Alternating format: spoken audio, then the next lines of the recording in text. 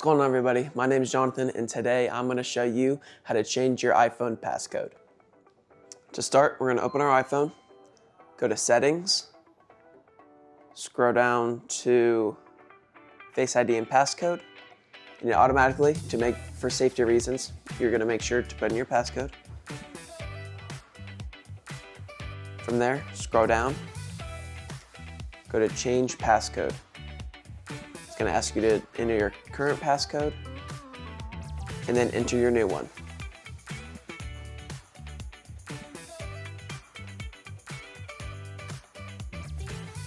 You're going to go verify your new one.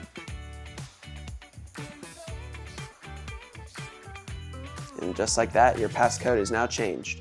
You can hit done. And you're all set. And that is how to change your iPhone passcode. For more tips and tricks like this, follow us at Strictly Apple.